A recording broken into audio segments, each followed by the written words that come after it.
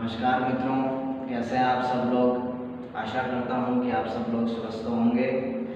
हमने हिंदी साहित्य से संबंध में आदिकालीन साहित्य के बारे में चर्चा कर रहे हैं, जिसमें से अपने डॉक्टर गणपति चंद्र गुप्त के अनुसार पढ़ रहे हैं, जिसमें धर्माश्रित में सिद्ध, नाथ और जैन ये तीनों हमने कंप्लीट कर लिए हैं। आज हम पढ़ेंगे रासो साहित्य यानी राज्य आश्रित के बारे में। देखिए राज्य आश्रित,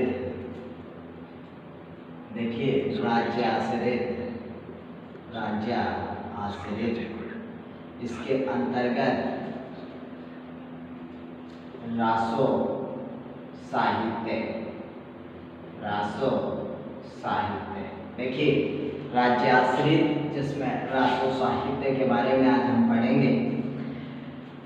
राज्य आश्रित और रासो साहित्य इसके बारे में पढ़ेंगे। तो सबसे पहले अपन जो इसके बारे में चर्चा करें कि रासो साहित्य की वास्तव में विशेषताएं क्या क्या है, वो अपन देखते हैं। तो देखिए इधर देखिए कि रासो साहित्य की विशेषताएं, रासो साहित्य की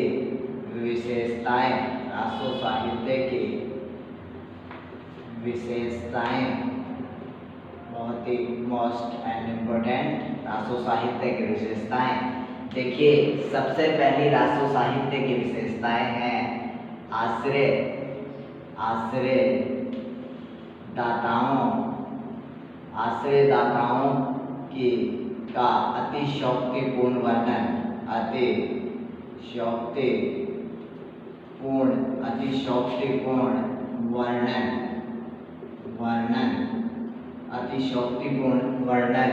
आश्रयदाताओं का अतिशयोक्तिपूर्ण वर्णन। और देखिए रासो साहित्य का मुख्य रस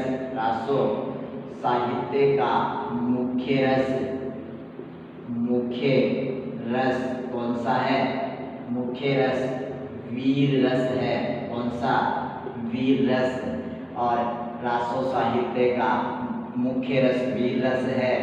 और रासो साहित्य का सहायक रस कौन सा है? श्रृंगार। कौन सा है? श्रृंगार रस। ठीक है। आश्रयदाताओं का अतिशयोक्तिपूर्ण वर्णन, रासो साहित्य का मुख्य रस कौन सा है? वीर रस। और युद्धों का सजीव वर्णन तीसरा है, युद्धों का सजीव वर्णन। देखिए युद्धों का सजीव वर्णन, ये तीन हो गए। इसके बाद में आता है युद्धों का सजीव वर्णन, सामान्य जन की उपेक्षा,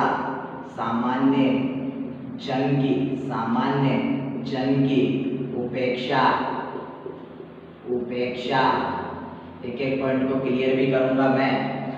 सामान्य जन की उपेक्षा, नारी का भोग रूप में वर्णन,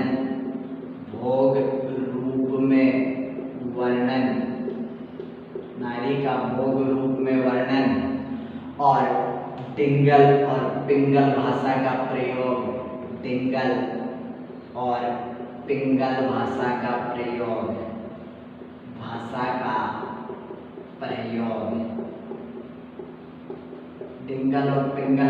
प्रयोग। देखिए कि आश्रयदाताओं का अतिशयोक्तिपूर्ण वर्णन, रासो साहित्य का मुख्य रस वीर रस है, रासो साहित्य का सहायक रस श्रृंगार रस है, युद्धों का क्या किया गया है?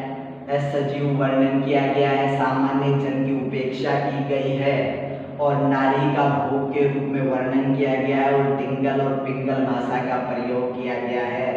एक देखिए प्रकृति का, सातवीं देखिए प्रकृति का उद्दीपन रूप में चित्रण।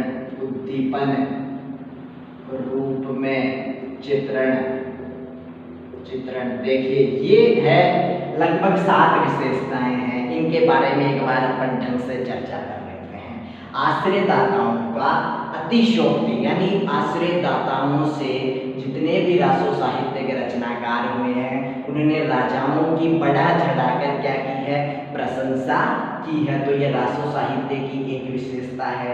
रासो साहित्य का मुख्य रस क्या है, वीर रस है। आचार्य रामचंद्र शुक्ल साहब ने वीर गाथा काल नाम दिया क्योंकि उनको ये लगा कि रासो साहित्य की मुख्य प्रवृत्ति क्या है, वीर है, इसलिए रासो साहित्य का मुख्य रस क्या है, वीर है, जबकि इसका सहायक रस श्रृंगार है, क्योंकि रासो साहित्य में नायक और नायिका के प्रेम का भी चित्रण किया जाता है, इसलिए इसका सहायक रस कौन सा है, श्रृंगार है। युद्धों का, क्योंकि रासो साहित्य में युद्धों से संबंधित चित्रण तो होगा ही, इसलिए युद्धों का क्या किया गया है, सजीव वर्णन किया गया है। सामान्य जन की उपेक्षा रासो साहित्य की ये भी एक मूल विशेषता है कि इसमें सामान्य लोगों को कोई भी अवसर नहीं दिया गया, यानी सामान्य इन रासो साहित्य में सामान्य जन के संबंध में कोई भी बात नहीं कही गई है, मतलब उनकी उपेक्षा की गई है कि सामान्य जन की कोई भी विशेषताएं या सामान्य जन के बारे में रासो साहित्य में कोई भी स्थान नहीं दिया गया है। फिर आता है नारी का भोग रूप में वर्णन, और नारी को भोग की वस्तु समझा गया है किसमें, रासो साहित्य में, है ना। तो नारी को भोग रूप में इसका चित्रण किया गया है। टिंगल और पिंगल भाषा का प्रयोग, अब इसको समझिए कि देखिए टिंगल किसे कहते हैं, टिंगल, टिंगल तो देखिए टिंगल है अपभ्रंश, अपभ्रंश प्लस राजस्थानी, प्लस राजस्थानी, ये हो गई टिंगल, टिंगल, पिंगल, अपभ्रंश, अपभ्रंश प्लस ब्रज भाषा, ब्रज भाषा, ये पिंगल हो गई। देखिए पिंगल भाषा का प्रयोग अधिकतर किसमें किया जाता है, वीर रस में, किसमें, वीर रस में, जबकि पिंगल भाषा का प्रयोग किसमें, श्रृंगार रस में, श्रृंगार रस में। तो देखिए कई बार आता है टिंगल अपभ्रंश प्लस राजस्थानी से मिलकर बनी है, पिंगल अपभ्रंश प्लस ब्रज भाषा से मिलकर बनी है। अब ये बात हो गई रासो साहित्य की विशेषताओं के बारे में। अब अपन पढ़ेंगे इसके बारे में, पृथ्वीराज रासो, पृथ्वीराज रासो के बारे में, पृथ्वीराज रासो। तो देखिए पृथ्वीराज रासो के बारे में अपन पढ़ते हैं। पृथ्वीराज रासो, पृथ्वीराज रासो, आइए इसकी विशेषताओं की चर्चा करते हैं। पृथ्वीराज रासो, लेखक कौन है पृथ्वीराज रासो के, सबको पता है, लेखक पृथ्वीराज रासो के लेखक कौन है, चंद वरदाई। किस जाति से थे, भाट जाति से, भाट जाति से, ठीक है। पृथ्वीराज रासो के लेखक कौन है, चंद वरदाई, किससे, भाट जाति से। नायक कौन है पृथ्वीराज रासो का, पृथ्वीराज चौहान, पृथ्वीराज चौहान, पृथ्वीराज चौहान कौन सा, तृतीय, पृथ्वीराज चौहान तृतीय, ठीक है। नायिका कौन है, नायिका कौन है, संयोगिता, कौन है, संयोगिता, इसकी नायिका कौन है, संयोगिता। और इसकी भाषा कौन सी है, अभी मैंने बताई, टिंगल और पिंगल, टिंगल और पिंगल भाषा, टिंगल और पिंगल भाषा, टिंगल और पिंगल भाषा। ये देखिए पृथ्वीराज रासो के बारे में, लेखक चंद वरदाई है, भाट जाति से थे, नायक पृथ्वीराज चौहान तृतीय है, नायिका इसकी संयोगिता है, भाषा टिंगल और पिंगल है। इस तरफ आप देख लीजिए थोड़ा सा पृथ्वीराज चौहान के बारे में, इसको तीन प्रकार से पृथ्वीराज चौहान, पृथ्वीराज रासो को प्रमाणिक, अर्ध प्रमाणिक और अप्रमाणिक मानने वाले विद्वानों की लिस्ट है। सबसे पहले अपन चर्चा करेंगे अप्रमाणिक मानने वाले विद्वान,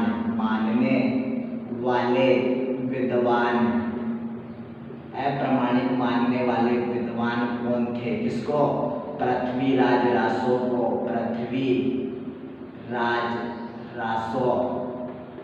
पृथ्वीराज रासो को अप्रमाणिक मानने वाले विद्वान। देखिए सबसे पहले कौन से एक विद्वान थे? डॉक्टर बुल्लर। क्या नाम है? डॉक्टर बुल्लर।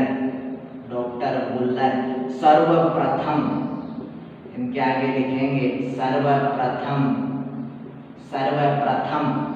पृथ्वीराज रासो को अप्रमाणिक माना। पृथ्वीराज रासो को अप्रमाणिक माना है। किसने? डॉक्टर बुल्लर ने। तो देखिए पृथ्वीराज रासो को डॉक्टर बुल्लर ने सर्वप्रथम पृथ्वीराज रासो को अप्रमाणिक माना है। दूसरे विद्वान कौन से हैं?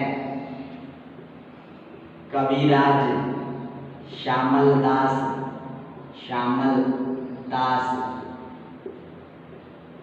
ददवाड़िया। कविराज श्यामल दास ददवाड़िया। ठीक है, कविराज श्यामल दास ददवाड़िया। ठीक है, तीसरे पे कविराज श्यामल दास ददवाड़िया और गौरी शंकर हीराचंद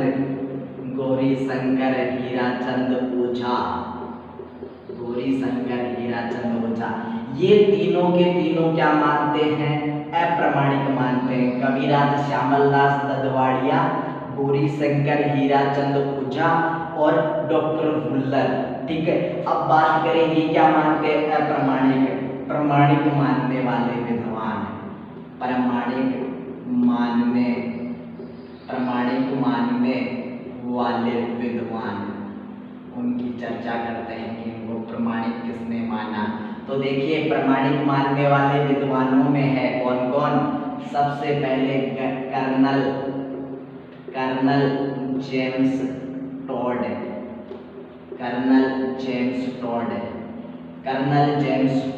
प्रामाणिक मानने वाले विद्वान। पृथ्वीराज रासो के उद्धारक कहे जाते हैं। क्या कहे जाते हैं? उद्धारक कहे जाते हैं। Colonel James Tod Prithviraj Raso के उद्धारक कहे जाते हैं। इसके अलावा मिस्र बंधु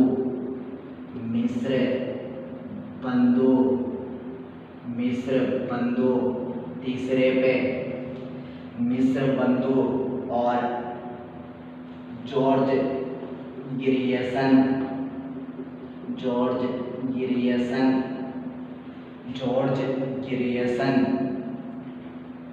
मिस्र बंधु जॉर्ज गिरियसन। और इसके अलावा है मोहनलाल विष्णुलाल पांडे। मोहनलाल विष्णुलाल पांडे। ठीक है, कौन कौन है प्रमाणिक? Colonel James Tod Prithviraj Raso के उद्धारक कहे जाते हैं। मिस्र बंधु जॉर्ज गिरियसन, मोहनलाल विष्णुलाल पांडे और एक और है श्याम सुंदर दास। याद रखना ये अलग है, श्यामल दास ददवाड़िया अलग है, जबकि श्याम सुंदर दास।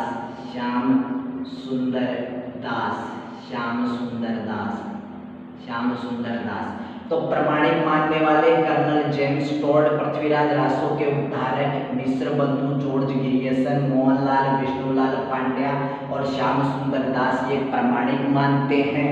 जबकि अप्रमाणिक मानने वाले डॉक्टर बुल्लर, कविराज श्यामल दास ददवाड़िया, गौरी शंकर हीराचंद ओझा। ठीक है, ये अब बात एक और देख लीजिए, अप्रमाणिक अर्ध प्रमाणिक मानने वाले भी देख लीजिए कि अर्ध प्रमाणिक कौन कौन मानते हैं। अर्ध प्रमाणिक कौन कौन मानते हैं वो भी देख लीजिए। पृथ्वीराज रासो को अर्ध प्रमाणिक कौन कौन मानते अर्ध प्रमाणिक मानने वाले विद्वान हैं। अर्ध प्रमाणिक मानने वाले विद्वान कौन कौन है? सबसे पहले हजारी प्रसाद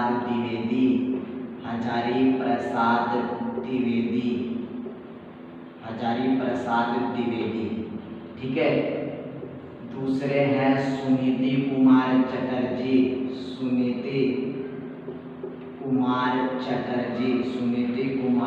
चटर्जी और मुनि जैन विजय सूरी,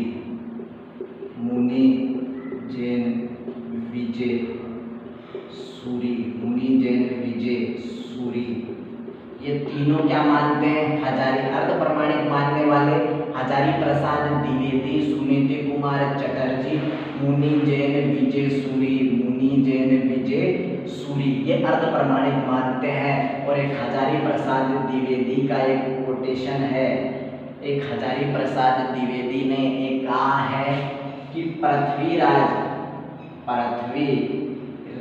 रासों में जहाँ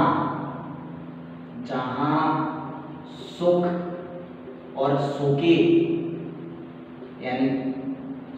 सुखी संवाद है, वे घटनाएं क्या है? प्रमाणिक है और सभी घटनाएं अप्रमाणिक है।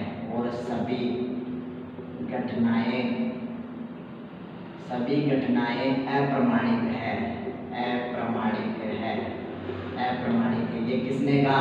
कि पृथ्वीराज रासों में जहाँ सुखी संवाद है वे घटनाएं प्रमाणिक है और सभी घटनाएं अप्रमाणिक है। किसने कहा? हजारी प्रसाद द्विवेदी ने। किसने कहा? हजारी प्रसाद द्विवेदी ने।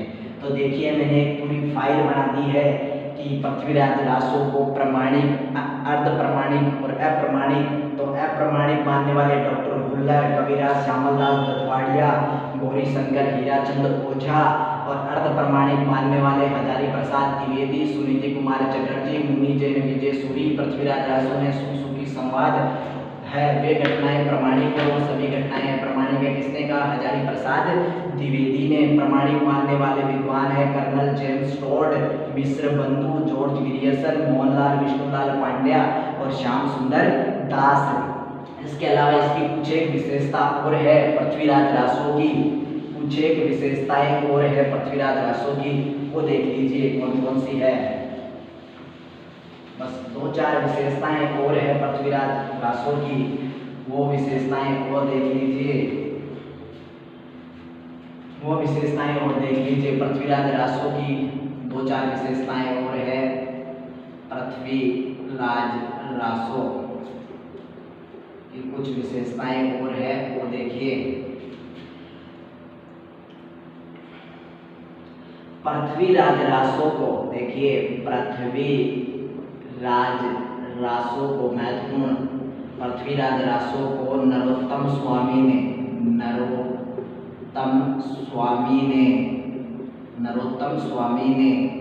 मुक्तक रचना माना है। क्या माना है? मुक्तक रचना माना है।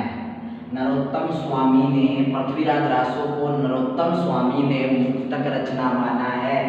और इसके अलावा पृथ्वीराज रासों में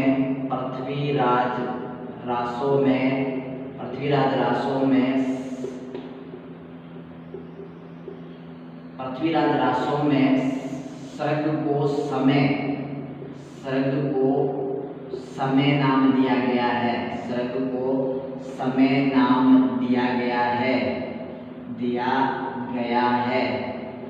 पृथ्वीराज रासों में कुल 69 सर्ग या समय है। पृथ्वीराज रासों में 69 कितने 69 सर्ग या क्या है समय है। ठीक है, पृथ्वीराज रासों में 68 प्रकार के छंदों का प्रयोग हुआ है। पृथ्वी पृथ्वीराज रासों में 68 प्रकार के छंदों का 68 प्रकार के छंदों का क्या हुआ है, प्रयोग हुआ है। इसीलिए इसे छंदों का अजायब घर कहा जाता है। इसीलिए पृथ्वीराज रासों को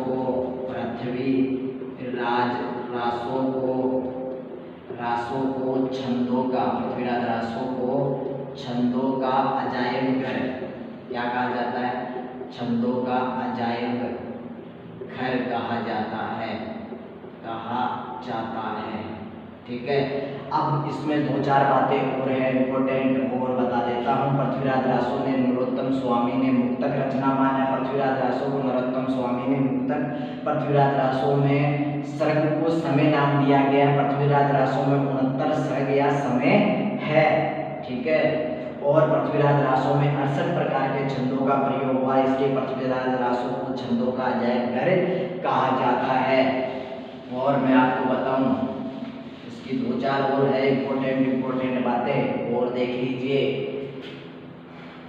कि चंदवरदाई को, देखिए चंदवरदाई को हिंदी का प्रथम क्या कहा जाता है, हिंदी का प्रथम महाकवि कहा जाता है। और पृथ्वीराज रासों को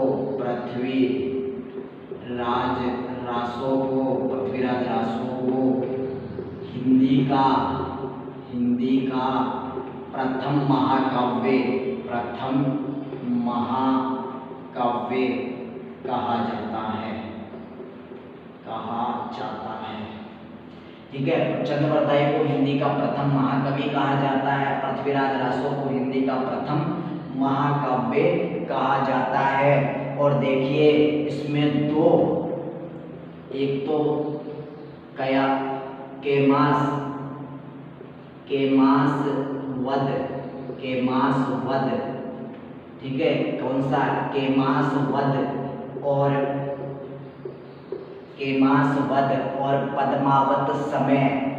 केमास वध और पद्मावत समय 2 सर्ग बहुत महत्वपूर्ण है। 2 सर्ग या समय महत्वपूर्ण है। ठीक है, केमास वध और पद्मावत समय 2 सर्ग या समय बहुत महत्वपूर्ण है किसके, पृथ्वीराज रासों के। और मैं आपको बताऊं, पृथ्वीराज रासों 4 खंडों में प्रकाशित हुआ था। कितने खंडों में, 4 खंडों में। तो इसके बारे में देख लीजिए। पृथ्वीराज रासों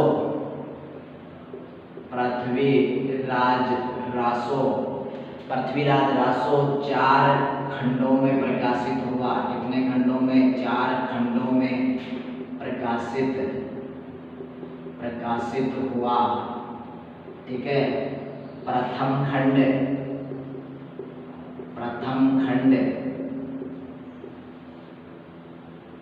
दूसरा खंड, तीसरा खंड और चौथा खंड। 4 खंडों में ये प्रकाशित हुआ था। प्रथम खंड के बारे में देखिए। प्रथम खंड का प्रकाशन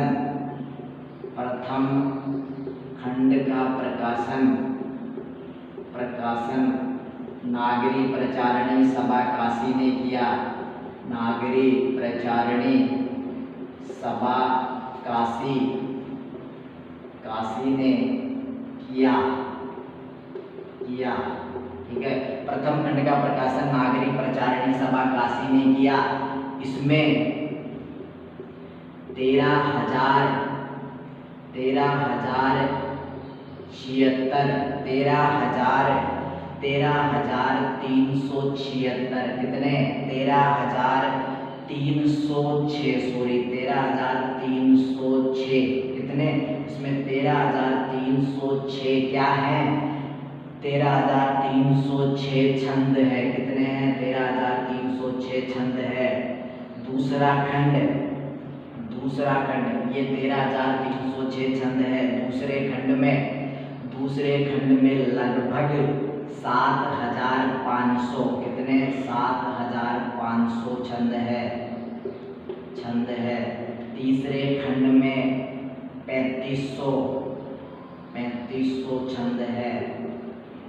और चौथे खंड, प्रथम खंड का प्रकाशन नागरिक प्रचारणी सभा काशी ने किया, इसमें 13,300 छंद है। तीसरे में 7500 छंद है और तीसरे में 3500 छंद है और चौथे खंड में 1300 छंद है। और इस चौथे खंड को ही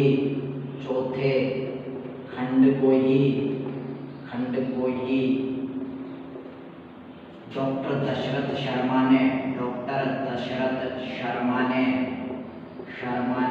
मूल रासो माना है। क्या माना है?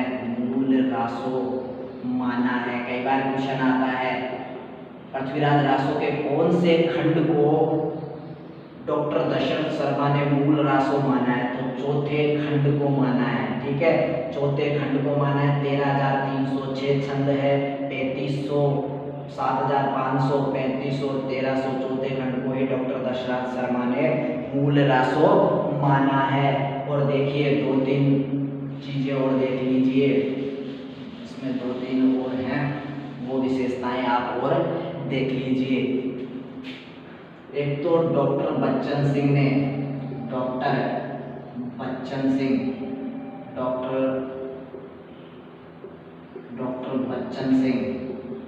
देखिए डॉक्टर बच्चन सिंह ने पृथ्वीराज रासो को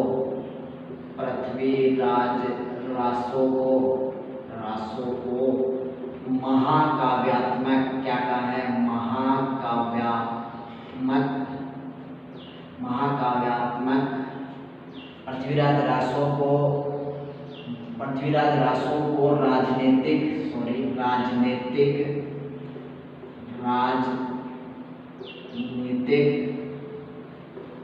पृथ्वीराज रासो को राजनीतिक महाकाव्यात्मक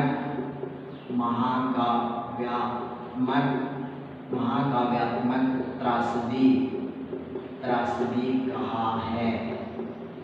डॉक्टर बच्चन सिंह ने पृथ्वीराज रासो को राजनीतिक महाकाव्यात्मक त्रासदी कहा है। किसने? डॉक्टर बच्चन सिंह ने।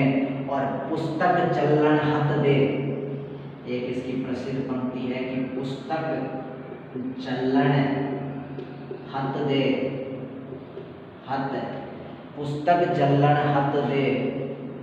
गजनी चले नर्प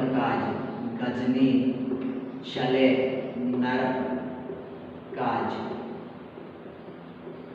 पुस्तक जल्लन, ये जल्लन कौन है? ये चंद्रवरदाई साहब के पुत्र थे, जो कि इन्होंने बाद में पृथ्वीराज रासो को पूरा किया था। कई बार क्वेश्चन आता है पृथ्वीराज रासो को पूरा किसने किया? ये चंद्रवरदाई साहब के पुत्र थे, जिन्होंने फिर गजनी चले गए थे। कौन? चंद्रवरदाई। फिर वहां से जब जल्लन ने फिर इसको पूरा किया था। तो ये पृथ्वीराज रासो के बारे में मुख्यतः बातें हो गई। पृथ्वीराज रासो को राजनीतिक महाकाव्यात्मक त्रासदी है। पुस्तक जल्लन हत दे, गजनी चले नर्प काज। ये जल्लन साहब पृथ्वीराज रासो के यानी चंद्रवरदाई साहब के क्या है? पुत्र थे, जिन्होंने बाद में पृथ्वीराज रासो को पूरा किया। आज हमने पढ़ा पृथ्वीराज रासो के बारे में, और पृथ्वीराज रासो के बारे में अपन ने विस्तृत चर्चा की। पृथ्वीराज रासो को हर तरीके से हमने पढ़ने का प्रयास किया। कौन इसको प्रमाणिक मानता है, कौन इसे अप्रमाणिक मानता है, कौन इसे अप्रमाणिक मानता है, इसकी भाषा कैसी थी, इसके बारे में विद्वानों ने क्या कहा, इसमें कुल कितने सर्ग हैं, कितने समय है, कौन से सर्ग महत्वपूर्ण है। ठीक है, इन पृथ्वीराज रासो के बारे में हमने चर्चा की। अगला जो वीडियो या अगली जो क्लास आएगी वो रासो साहित्य से संबंधित होगी। अपन बीसलदेव रासो के बारे में चर्चा करेंगे, घुमाण रासो के बारे में चर्चा करेंगे।